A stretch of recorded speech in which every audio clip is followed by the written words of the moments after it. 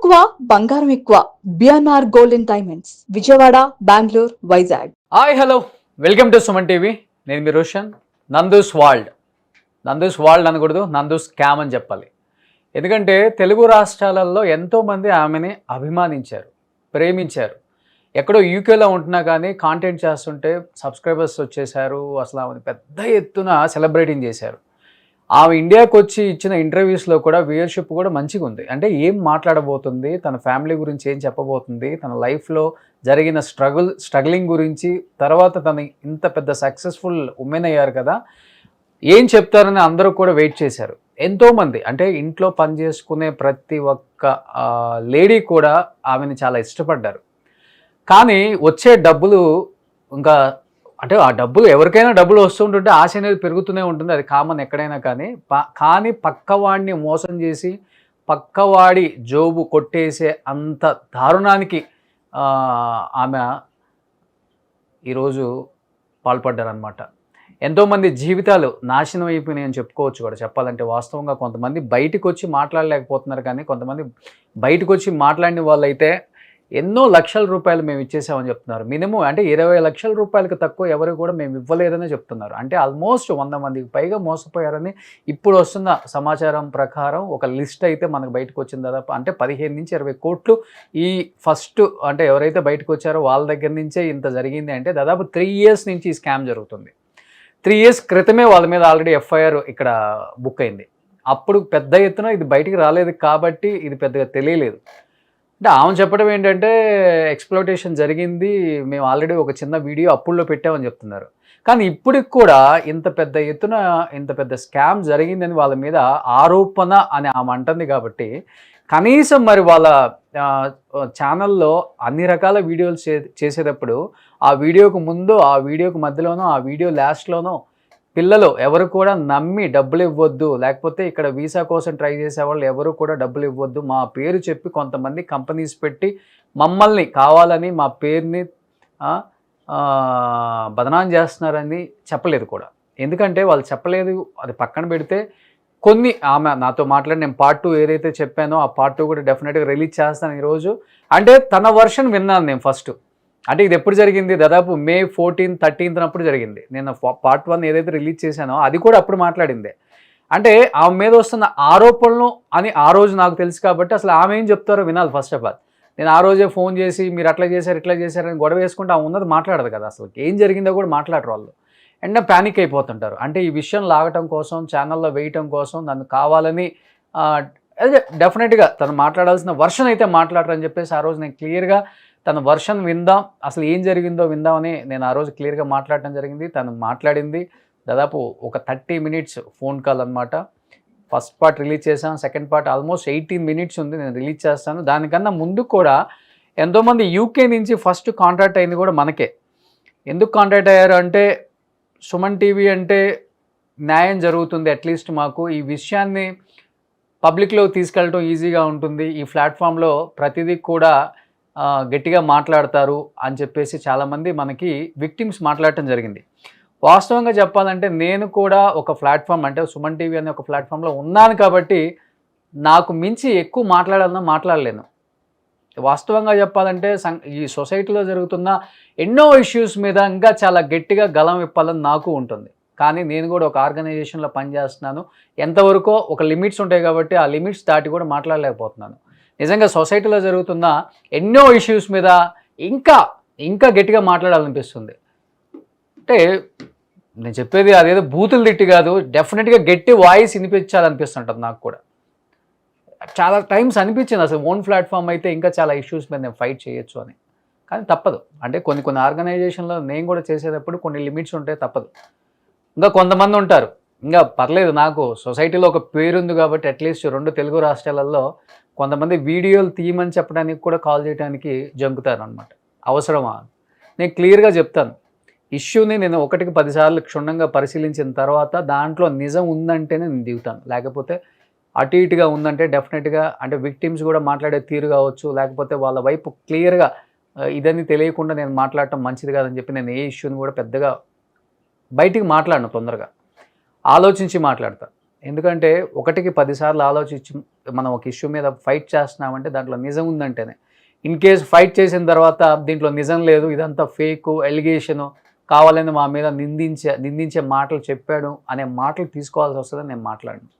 చాలా టైం తీసుకొని ఒకటికి 10 సార్లు అందరితో మాట్లాడిన తర్వాత నిజాలు ఉన్నాయంటేనే ఎక్కువ మాట్లాడుతుంటాను. ఇదే నందూస్ వాళ్ళు ఫస్ట్ నా దగ్గరికి వచ్చినప్పుడు కూడా నేను ఫస్ట్ వాళ్ళతోనే మాట్లాడాను, వాళ్ళ దగ్గర నుంచి విషయం తీసుకోవాలని. అంటే విక్టిమ్స్ అట్లే మనకి ఎట్లా అవుతుందంటే విక్టిమ్స్ 10 మంది ఉంటే 100 మంది మేము ఇచ్చేసాం కొంతమంది వస్తుంటారు కదా. సో అలా తెలియకుండా మాట్లాడకూడదని. బట్ విక్టిమ్స్ అందరితో మాట్లాడిన తర్వాత వాళ్ళ వర్షన్ కూడా విన్న తర్వాత డెఫినెట్గా దీంట్లో అన్యాయం జరిగింది, చాలామంది మోసపోయారు, మోసపోయిన వాళ్ళల్లో చాలామంది స్టూడెంట్సే కాదు ఫ్యామిలీస్ కూడా ఉన్నారు, మొత్తాన్ని బలి చేశారు వీళ్ళు. ఈరోజు వాళ్ళు ఏమంటారంటే సింపుల్గా తెలుగు రాష్ట్రాలలో తెలుగుకు అంటే వాళ్ళు యూకేలో బ్రిటిష్లో చేసుకోవచ్చు కదా కాంటెంట్, అక్కడ వాళ్ళని ఫ్యాన్స్ చేసుకోవచ్చు కదా. తెలుగులో కాంటెంట్ చేశారు, అదరహో ఇదరహో అని బ్రహ్మాండంగా మొగుడు పిల్లలు మాట్లాడారు. ఇక్కడ తెలుగు వాళ్ళు కాంటెంట్ చూశారు, తెలుగు వాళ్ళు మిమ్మల్ని ఆదరించారు, తెలుగు వాళ్ళని మీరు మోసం చేశారు. చివరికి వాళ్ళు మిమ్మల్ని ప్రేమించారు, మీరు వాళ్ళని మోసం చేశారు, అన్యాయం చేశారు చెప్పాలంటే. ఎనీహౌ చాలామంది మోసపోయారు కాబట్టి ఫస్ట్ ఆఫ్ ఆల్ దాదాపు 20 lakhs ఇచ్చారు ఒక అతను, యూకేకి సంబంధించిన పర్సన్. ఇతను కూడా అసలు ఎందుకు ఇచ్చారు, ఎలా ఇవ్వాల్సి వచ్చింది? హలో యా, నేను రోషన్ అండి, సుమన్ టీవీ నుంచి. రోషన్ గారు, గుడ్ ఆఫ్టర్నూన్ అండి. గుడ్ ఆఫ్టర్నూన్ అండి. మీ పేరండి? నా పేరు ప్రవీణ్ అండి. అదే ఇప్పుడే మా టీం పంపారు 1 by 1 అందరు కాంటాక్ట్ నెంబర్స్ అన్నీ వస్తున్నాయి. కాదండి, Okay. మీరు యూకేలోనే ఉంటారా లేకపోతే ఇండియా నుంచి యూకే వెళ్ళాలని వీసా ప్రాసెస్ కోసమో లేకపోతే అక్కడి నుంచి వచ్చిన తర్వాత వీసా ప్రాసెస్ కోసమో వాళ్ళకి డబ్బులు ఇవ్వటం జరిగిందా? అసలు మీరు ఎలా దీంట్లోకి ఎంటర్ అయ్యారు అసలుకి? యాక్చువల్లీ నేను 2019 లో వెళ్ళానండి స్టూడెంట్ గా. 2019 లో వెళ్ళాక దాని తర్వాత PSW అని వర్క్ పర్మిట్ వస్తుంది 2 years. దాని తర్వాత ఆ టైం పీరియడ్ అయిపోయే లోపు మధుకర్ గారిని కాంటాక్ట్ అయ్యాను. ఇలానే వాట్సాప్ సర్క్యులేటింగ్ మెసేజ్ లో, ఫేస్బుక్ లో చూసి మధుకర్ ని కాంటాక్ట్ అయ్యానండి. మధుకర్ గారిని ఓకే. చూస్తుంటే వాళ్ళ కొంచెం నోన్ కపుల్, ఫేమస్ యూట్యూబర్స్ కదా, ఎవరిని నమ్మేలాగలేదు ఈ కరెంట్ సిచ్యువేషన్స్ లో. కాబట్టి వీళ్ళు కొంచెం రిలయబుల్ అన్నట్టు తెలుగు వాళ్ళు కదా అని చెప్పి వాళ్ళని కాంటాక్ట్ అవ్వడం జరిగింది. ఎప్పుడు ఎండింగ్ టైంలో May 2022 అరౌండ్ 2022 మేలో. దాని తర్వాత వారితో మాట్లాడామండి. మాట్లాడి నేను నా 2 brothers total all together 3 members తనతో మాట్లాడుకొని ఒక్క వీసాకి certificate of sponsorship plus job, visa plus job అండి. తను కొన్నేమో ఏం చేస్తాడంటే only certificate of sponsorship COS ఇచ్చేస్తాడు, తర్వాత జాబ్ తనకు సంబంధం లేదని చెప్తాడు. అలా అవ్వకుండా మాకు జాబ్ కూడా కావాలి అని చెప్పేసి తనతో మాట్లాడుకున్నామండి. మేము ముగ్గురం కలిసి తనతో మాట్లాడుకుని తన ఫైనల్ గా చెప్పిన ప్రైస్ మాకు వచ్చేసి £15,500 అండి పర్ ఈచ్ హెడ్ ఒక్కరికి. ఓకే. సో మేము తనతో మాట్లాడుకొని ఫైనల్ చేసేసుకొని తనకి ఒక్కొక్కరం £4,000 కట్టామండి జూన్ లో. ఓకే. జూన్ 23లో £4,000 కట్టాం. ఇంకా రిమైనింగ్ 2 months టైం తీసుకొని లోన్స్ తీసుకొని బయట మనీ అడ్జస్ట్ చేసుకొని ఇంకా మిగతా రిమైనింగ్ బ్యాలెన్స్ £11,500 ఈచ్ ఒక్కొక్కరం సెప్టెంబర్ లో పే చేసాం. అంటే ఓన్ బ్రదర్సా మీ ముగ్గురు? ఓన్ బ్రదర్సా? కజిన్స్ అండి. ఓన్ కజిన్స్ ముగ్గురు కలిసి మొత్తం వాళ్ళకి పే చేసేసారు. అండి. ఈ ప్రాసెస్ లో నందు గారి ఇన్వాల్వ్మెంట్ కూడా ఉందండి? నందు కూడా మీటింగ్స్ కి రావటం లేకపోతే ఫోన్ లో మాట్లాడటం? నాతోనైతే తను మాట్లాడలేదండి, నందు గారు మాట్లాడలేదు. బట్ మధుకర్ గారు వచ్చారు, కలిసారు, మాట్లాడారు. అంటే ఈ అకౌంట్స్ కి కూడా అండి మల్టిపుల్ గా తనకి కొన్ని పంపించాం, తన పర్సనల్ అకౌంట్ కి. ఎవరి పర్సనల్ అకౌంట్ కి? మధుకర్ జాగర్లముడి, నందు గారి హస్బెండ్. ఓకే. సో వారికి కొంచెం అమౌంట్ పంపించాం పర్సనల్ అకౌంట్ కి. ఇంకా మిగతావి తను ఏం చేస్తారు, వేరే వేరే అకౌంట్ నెంబర్స్ ఇస్తాడండి. వాళ్ళకి సెండ్ చేయమని చెప్తారు. సెండ్ చేసినాక మనం మన కన్ఫర్మేషన్ పంపాలి వాళ్ళకి. ఎవరికి? మధుకర్ గారికి. కన్ఫర్మేషన్ పంపితే తను వాట్సాప్ లో రిసీవ్డ్ అని కన్ఫర్మేషన్ చేసిండు. రిసీవ్డ్ అని చేసిన కన్ఫర్మేషన్ కూడా ఉంది వాట్సాప్ చాట్ లో మా దగ్గర. ఓకే. సో అప్పుడు ఇంకా టైం అయిపోయేదాకా డ్రాగ్ చేశాడండి. మా వీసా ఇంకొక 3-4 days లో, ఆల్మోస్ట్ 1 week లో ఎక్స్పైర్ అవుతుంది అనగా అప్పుడు కాంటాక్ట్ లోకి వచ్చాడు. కాంటాక్ట్ లోకి వచ్చి ఇంకా 3 days లెఫ్ట్ ఉంది అన్నప్పుడు ఒక్క COS ఇచ్చాడండి. ఓకే. ఒక్కరికి ఒక COS ఇస్తే అది సబ్మిట్ చేశామండి. సబ్మిట్ చేశాక కొన్ని ఇష్యూస్ వల్ల డిలే అయింది. అక్కడ హోమ్ ఆఫీస్ దగ్గర నుంచే డిలే ఉండే.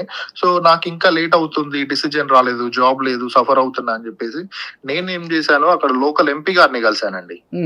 ఎక్కడ లండన్ లో లోకల్ ఎంపీ గారి దగ్గరికి పోయి నా సిచ్యువేషన్ ఎక్స్ప్లెయిన్ చేశాను వాళ్ళకి. చేస్తే వాళ్ళు ఏమన్నారు, నా తరఫున వాళ్ళు ఈమెయిల్ చేశారండి హోమ్ ఆఫీస్ వాళ్ళకి, యూకే హోమ్ ఆఫీస్ వాళ్ళకి, అబ్బాయి వీసా డ్రాప్ చేశాడు, ఇంకా డిలే ఎందుకు అవుతుంది అంటే. మన ఇండియా అతనా ఎంపీ? లేదండి, తెల్లోళ్ళే. Okay, yeah. సో వాళ్ళకి నేను కలిసాక నా తరఫున వాళ్ళు ఈమెయిల్ చేశారు వాళ్ళకి రిప్లై ఇచ్చారండి. ఎవరు? హోమ్ ఆఫీస్ వాళ్ళు. మనం చేసే దానికన్నా వాళ్ళు మెంబర్ ఆఫ్ పార్లమెంట్ కాబట్టి కొంచెం వాళ్ళకి వేరే ఈమెయిల్ ఐడీస్ ఉంటాయో ఏంటో తెలియదు, వాళ్ళకి త్వరగా రిప్లై వచ్చింది. సో వాళ్ళకి రిప్లై ఏమని ఇచ్చారంటే, ఈ అబ్బాయి ఏదైతే సర్టిఫికేట్ ఆఫ్ స్పాన్సర్షిప్ సబ్మిట్ చేశారో అది ఎక్స్పైర్ అయిపోయింది, అది వ్యాలిడ్ కాదు, మీరు ఇంకొక COS ఏదన్నా ఇస్తే మేము తనకి వీసా ఇవ్వగలము, ask them to submit another COS అని చెప్పి. ఎన్ని ఇయర్స్ నుంచి ఉంటున్నారు మీరు లండన్ లో? నేను అక్కడ 5 years ఉన్నాను. ప్రజెంట్ కరెంట్లీ ఇండియాలో ఉన్నాను. కానీ యాక్చువల్ గా 5 years తర్వాత మీరే డైరెక్ట్ గా వీసా అప్లై చేసుకోవచ్చా? అక్కడ ఆప్షన్ ఉందా అండి? లేకపోతే మీరు వేరే త్రూ ఇట్లా థర్డ్ పార్టీ లేకపోతే ఏదన్నా కన్సల్టెన్సీ నుంచి వెళ్ళి వీసా? కొన్ని ఉంటాయండి, but employer depends upon employer అది. సో మనం వర్క్ చేసే ఎంప్లాయర్ మనం నచ్చి మనకి తన స్పాన్సర్షిప్ ఇస్తే అది ఈజీగా ఉంటదండి. సో చాలా వరకు అయితే అలా జాబ్. అంటే వీళ్ళు ఏంటి, మల్టిపుల్ కంపెనీస్ తో వీళ్ళు టైప్ అయి ఉంటారా? వీళ్ళకి ఈజీగా వీసా ప్రాసెస్ వీళ్ళు ఈజీగా చేస్తారా? వీళ్ళకి కంపెనీ ఉందా అసలు? వీళ్ళ పేరు మీద ఒక 7-8 కంపెనీస్ ఉన్నాయండి వీళ్ళ ఓన్ గా. మధుకర్ జాగర్లమూడి గారి పేరు మీదనే UKVI వెబ్సైట్ లో కొడితే వస్తుందండి అదంతా డీటెయిల్స్ అన్ని. పేరు మీద కంపెనీస్ ఉన్నాయి. ఓకే, ఎంప్లాయీస్ ఉన్నారా దాంట్లో? లేరండి, ఇలానే చేస్తారండి వాళ్ళు. ఓ, అంటే కంపెనీ పెట్టడం, కంపెనీ త్రూ మీకు వీసా ఇప్పిస్తామని చెప్పి మోసం చేయటం, డబ్బులు తీసుకున్న తర్వాత కంపెనీని క్లోజ్ చేయటం. రైట్ అండి, పేపర్ మార్కే ఉంటదండి కంపెనీ. సో లైవ్ లో ఉండదు, ఎంప్లాయీస్ ఉండరు, ఎవరు ఉండరు. వాళ్ళకి వీసాలు ఇస్తారు. వీసాలు కొన్నేమో ముందే ఫేక్ COS ఇస్తారండి. ఇంకా కొందరికి ఏం చేశారంటే, COS ఇచ్చాక వీసా వస్తుంది, వీసా వచ్చాక వాళ్ళకి పేరోల్ రన్ చేయాలండి. ఇప్పుడు గవర్నమెంట్ కి వీళ్ళు ట్యాక్స్ కట్టాలి. ఎంతమంది ఎంప్లాయీస్ ఉన్నారో. కానీ తెలుగు వాళ్ళ కమ్యూనిటీ ఎక్కువ కదండి అక్కడ. అంటే మీకు తెలుస్తుంది కదా, ఒక గ్రూప్ ఆఫ్ పీపుల్ కూడా ఎక్కువ ఉంటారు, డిస్కషన్స్ జరుగుతుంటాయి. నమ్మొద్దు, మీరేమో వాళ్ళు ఫేమ్ అని యూట్యూబ్ లో ఏదో సెలబ్రిటీ హోదా వచ్చేసిందని అంత ఈజీగా నమ్మొద్దు, మేము ఆల్రెడీ మోసపోయామని ఇలాంటివి జరుగుతుంటాయి కదా. అప్పటి వరకు జరగలేదండి, ఇదంతా లేట్ గా బయటకు వచ్చాయి వీళ్ళది. అప్పటి వరకు కొందరికి చేశారండి వీళ్ళు, కొందరికి చేశారు. అప్పటికి వీసా వచ్చింది. వీసా వచ్చాక ఏమైంది, 6 months 1 year వరకు వాళ్ళు పేరోల్ రన్ చేశారు. 6 months to 1 year. ఆ టైంలోకి వీళ్ళంతా ఏం చేశారు, పండుగ అందరిని నమ్మించారండి. వీసాలు ఇచ్చాము, నడుస్తున్నది, అందరు చేస్తున్నారని. సో అందరిని నమ్మించి అప్పుడు ఇంకా ఎక్కువ మందిని గ్యాదర్ చేసి ఎక్కువ మంది దగ్గర డబ్బులు తీసుకున్నారండి. అంటే ఓవరాల్ గా స్టూడెంట్స్ ఎంత మంది బలైపోయి ఉండొచ్చు పాపం? ఓవరాల్ గా అంటే బయటికి రాని వాళ్ళు అయితే చాలా మంది ఉన్నారండి. ఇప్పుడు బయటకు వచ్చిన వాళ్ళు అయితే అప్రాక్సిమేట్లీ 100 ఉంటారు. రఫ్ గా నాకు తెలిసి 300 members వరకు ఉండొచ్చండి. 350 members, రఫ్ గా 300 members ఉంటారు. 1 by 1 మీడియాకి కాంటాక్ట్ అవుతున్నారు, గ్రూప్స్ లోకి వస్తున్నారు. 1 by 1 ఒక్కొక్కరు మెల్లిగా బయటకు వస్తుంటే వాళ్ళు కూడా డేర్ చేసి. ప్రవీణ్ గారు, అంటే మినిమం ఒక్కొక్క స్టూడెంట్ ఎన్ని లక్షలు ఇచ్చి ఉండొచ్చు ఇండియన్ రూపీ? 15 to 20 lakhs అండి, depends upon location and work. So basic అయితే 15 lakhs అండి. ఓకే, హైయెస్ట్ నాకు తెలిసి 20 lakh, 15 to 20 lakh మధ్యలో చార్జ్ చేశారండి ఒక్కొక్కరి దగ్గర. మీరు చెప్పేది బట్టి 45 కోట్ల పైన వస్తుంది కదండి? అండి, చాలా పెద్దదే ఉంది. ఇంకా వీళ్ళది ఇంకా 10 కోట్లు 12 కోట్లు అంటున్నారు అందరు ఇక్కడ. లేదండి, ఇంకా పెద్దగా ఉందండి క్రైమ్ వాళ్ళది, చాలా పెద్దగా ఉంది. కానీ అక్కడ యాక్షన్ తీసుకోరా ఏంటి అక్కడ ప్రాసెస్? అక్కడ ఏది జరిగినా కానీ సోషల్ మీడియాలో కూడా పోస్ట్ చేయకూడదు, చాలా రూల్స్ ఉన్నాయి యూకేలో, నాకు తెలుసు కొన్ని రూల్స్. మీరు వెళ్ళి కేసు పెట్టలేదా లోకల్ గా? అక్కడ నార్మల్లీ ఏంటనంటే, ఇప్పుడు వీసా వీళ్ళు ఎలా అయితే మాకు సెల్ చేశారో, బయ్యింగ్ కూడా క్రైమ్ అండి. నార్మల్లీ ఇండియన్ లాస్ డిఫరెంట్ ఉంటది కొంచెం, అక్కడ వేరే ఉంటాయండి. సో దాన్ని మనం ఇప్పుడు మనకి ఇచ్చాం, దేని పర్పస్ ఇచ్చామని వాళ్ళు అడుగుతారు మనకి. అని అంటే ఇలా వీసా కోసం ఇచ్చామని. Okay, right. సో ఇద్దరు క్రైమ్ చేసినప్పుడు అక్కడ. రైట్. సో కాకపోతే ఏంటనంటే, ఈయన అకౌంట్ లో కూడా చాలా వరకు తక్కువ డబ్బులు పంపించుకుంటాడండి. ఎవరి డైరెక్ట్ మధుకర్ అకౌంట్ కి 15 లక్షల్లో నాకు తెలిసి ఒక్కొక్కరి దగ్గర 3 లక్షలు 4 లక్షలు మాత్రమే తన అకౌంట్ కి పంపించారు. అడిగితే ప్రాసెసింగ్ నాకు పంపారని చెప్పడానికి. రైట్. మిగతా డబ్బులని వేరే అకౌంట్స్, మల్టిపుల్ అకౌంట్స్ కి పంపిస్తారండి. మీ దగ్గర అన్ని డేటా ఉందా, మీరు పంపించినవి అన్ని కూడా? రైట్ అండి, ప్రతి ఒక్క డేటా ఉంది. ఒకసారి నాకు పంపగలరా అండి? పంపిస్తానండి, షూర్. సో ఇప్పుడు ఏంటి, ఇప్పుడు యూకేలో ఉన్న వీళ్ళు ఆల్రెడీ చెప్తున్నారు మేము యూకే పాస్పోర్ట్ తీసుకేసుకున్నాం, మాకు ఇండియాతో సంబంధం లేదు అని చెప్తున్నారు. కాబట్టి ఇక్కడ చాలా మంది ఆల్రెడీ వీళ్ళ మీద కేసులు పెట్టారు. కాబట్టి అంటే పోలీసులు కూడా ఏం చెప్తున్నారు మీకు, అంటే ఏమన్నా భరోసా ఇవ్వగలుగుతున్నారా అడ్వకేట్స్ కానీ పోలీసులు కానీ? డెఫినెట్ గా ఇప్పుడు అరెస్ట్ చేయడం ఇంపార్టెంట్ కాదు, అసలు డబ్బుల్ని వాళ్ళ దగ్గర నుంచి కలెక్ట్ చేయడం చాలా ఇంపార్టెంట్ ఇప్పుడు. రైట్ అండి, ఇప్పుడు ప్రజెంట్ ఏమైందనంటే కర్ణాటకలో కూడా నిన్న ఒక కేసు ఫైల్ అయిందండి వీళ్ళ మీదే. కర్ణాటకలో ఫైల్ అయిపోయింది. సో తెలంగాణలో కూడా అవుతున్నాయండి. ఏపీలో ఆల్రెడీ ఒకటి ఎఫ్ఐఆర్ అయిపోయిందండి. ఇంకా ఇక్కడ చేశాక కొంచెం వాళ్ళకి అంటే తెలుగు స్టేట్స్ నుంచి ఎక్కువ మందిని మోసం చేశారు కాబట్టి వీళ్ళు తెలుగు స్టేట్స్ లో మల్టిపుల్ కేసెస్ ఫైల్ అయితే అక్కడ గుజరాత్, బీహార్ లో కూడా అవ్వడానికి రెడీ ఉన్నాయండి కేసెస్. అబ్బా, దేశం మొత్తం చేసేసారు. మొత్తం పాకిస్తాన్ లో కూడా చేశారండి. పాకిస్తాన్ వాళ్ళని కూడా చేశారు. నేను మీకు వాళ్ళ కాంటాక్ట్ ఇస్తాను, మీతో లైవ్ పెట్టిస్తాను, మీరు వాళ్ళు లైవ్ కాల్ లోకి వస్తారు, మీకు ఓకే జూమ్ కాల్ లోకి వచ్చి మాట్లాడతారు. కానీ ఎందుకని కొంతమంది చాలా మంది ఎవరైతే విక్టిమ్స్ ఉన్నారో మోసపోయారు, డెఫినెట్ గా కాదని చెప్పట్లేదు, ఎందుకు మాస్కులు పెట్టుకొని ఇంటర్వ్యూస్ ఇస్తున్నారు అసలు తెలుగులో? సిగ్గుపోతుందనా? ఆల్రెడీ పోయింది కదా డబ్బులు, పరువు ఇచ్చేది మొత్తం పోయింది. ఇంకా పరువు పోతుందని చెప్పేసి భయపడి బయటకు రావట్లేదండి, అంతే. వాళ్ళ దగ్గర ప్రతి ఒక్క ట్రాన్సాక్షన్ ప్రూఫ్స్ ఉన్నాయి, అవన్నీ వాళ్ళు ఫైల్ చేసి పెట్టారండి. ఒక్కొక్క విక్టిమ్ ఆ ఎవిడెన్సెస్ అన్ని కూడా కావేటి శ్రీనివాస్ గారికి హ్యాండ్ ఓవర్ చేయడం జరుగుతుంది. సో కావేటి ఆయన యూకే లో అడ్వకేట్, రైట్ అండి, యూకే లో చేశారు, ఇప్పుడు యుఎస్ లో చేస్తున్నారు. అవును, ప్రెసెంట్ ఇండియాలో ఉన్నారండి. మల్టిపుల్ ఏం చెప్పారు అడ్వకేట్ గారు, ఏం చెప్పారు? డెఫినెట్ గా డబ్బులు వస్తాయి అని చెప్పారా, లేకపోతే వాళ్ళని కూడా అరెస్ట్ చేసే అవకాశం ఉంది, యాక్షన్ తీసుకోవచ్చు అని చెప్తున్నారా? రైట్ అండి, యాజ్ మచ్ యాజ్ యాక్షన్ తీసుకునే ఛాన్సెస్ ఉన్నాయి. సో ఎవిడెన్సెస్ అన్ని కూడా స్ట్రాంగ్ గా ఆయన ఫైల్ అప్ చేస్తున్నారండి. ఎవిడెన్సెస్ అన్ని స్ట్రాంగ్ గా ఫైల్ అప్ చేసి ఒక్కొక్క విక్టిమ్ తో పర్సనల్ గా మాట్లాడుతున్నారు సార్. పర్సనల్ గా మాట్లాడి దాని మీద కేసు అంతా ఫైల్ చేసి యూకే లో యాజ్ వెల్ యాజ్ ఇండియాలో కూడా కేసెస్ ఫైల్ చేయడానికి రెడీ అవుతున్నారండి విక్టిమ్స్ అందరూ. యూకే నుంచి తీసుకురావచ్చా వాళ్ళని? ఛాన్సెస్ ఉన్నాయండి. ఓకే, ఛాన్సెస్ ఉన్నాయి. సో ఓకే ప్రవీణ్ గారు. సో ఇది ఒక్కొక్క విక్టిమ్ బయటకు వస్తున్నారు విత్ ప్రూఫ్స్, అందరూ కూడా మేము మోసపోయాము అంటే మోసపోయిన తర్వాత మాత్రమే వీళ్ళకి కూడా జ్ఞానోదయం అవుతుంది అనమాట. అరే వీళ్ళందరూ చదువుకున్న వాళ్ళు అంత ఈజీగా ఎలా మోసపోతున్నారో మనకే అసలుకి కొంచెం నవ్వుగానే ఉంటాయి ఇవన్నీ చెప్పుకోవడానికి.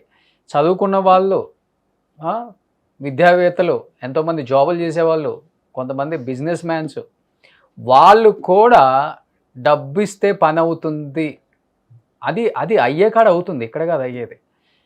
అరే మోసపోయినోడిని అనాలా లేకపోతే మోసగించినోడిని అనాలా అర్థం కావట్లేదు. మోసం చేసేవాడు ఉన్నంతకాలం మోసపోయేవాడు ఉంటూనే ఉంటారు సమాజంలో. ఎప్పుడైతే మోసపోయేవాడు ఆగిపోతాడో మోసం చేసేవాడు కూడా భయపడతాడు. ఇంకా ఎన్ని రకాల అవేర్నెస్ వీడియోస్ చేసినా కానీ అది ఎన్ని ఇష్యూస్ ఒక మంత్కి వచ్చేసరికి రకరకాల ఇష్యూస్.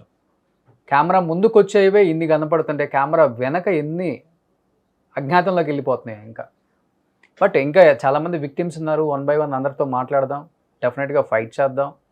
మనకు చేతనైంది ఒకటే కదా, ఇది ఒకటే ఫైటింగ్ జాతు కాబట్టి మనం ఫైట్ చేద్దాం. డెఫినెట్గా విక్టిమ్స్కి అయితే న్యాయం జరగాలి. డెఫినెట్గా వాళ్ళు అక్కడ సిటిజన్స్ అని ప్రతి ఒక్కసారి చెప్తుంది కాబట్టి అక్కడ సిటిజన్స్ అయినా కానీ మోసపోయింది, మోసగించింది మొత్తాన్ని కూడా ఇండియా వాళ్ళని, రకరకాల స్టేట్స్లో ఉన్న వాళ్ళని, పాకిస్తాన్ వాళ్ళని కూడా మోసం చేశారని చెప్తున్నారు. మినిమం 20 lakhs తక్కువైతే ఒక్క స్టూడెంట్ కూడా ఇవ్వలేదు. 300 members ఉన్నారని చెప్తున్నారు. దాదాపు 50 కోట్ల స్కామ్ అని చెప్పుకోవచ్చు. ఇది అంత ఈజీగా మంచినీళ్ళు దాగినంత తేలిగ్గా క్రైమ్ చేసేస్తున్నారు. అసలు కొన్ని రోజులు అనుకుంటారు, కొన్ని రోజులు వీడియోలు వేస్తారు, కొన్ని రోజులు ఒక 4 నెలలు 5 నెలలు జైల్లో వేసేస్తారు. తర్వాత జరిగేది ఏముంది, ఫుల్గా ఎంజాయ్ చేయొచ్చు ఉన్న డబ్బుతో అనుకుంటున్నారు చాలామంది. చిచి, ఎలాంటి సొసైటీలో బతుకుతుందో అర్థమవుతుంది. ఎనీహావ్ కొంతమంది విక్టిమ్స్తో మాట్లాడదాం ఇంకా. సో చూస్తూనే ఉండండి సుమన్ టీవీ. సుమన్ టీవీలో మీ పర్సనల్ అండ్ బిజినెస్ ప్రమోషన్స్ కోసం కింది నెంబర్కి కాంటాక్ట్ చేయండి.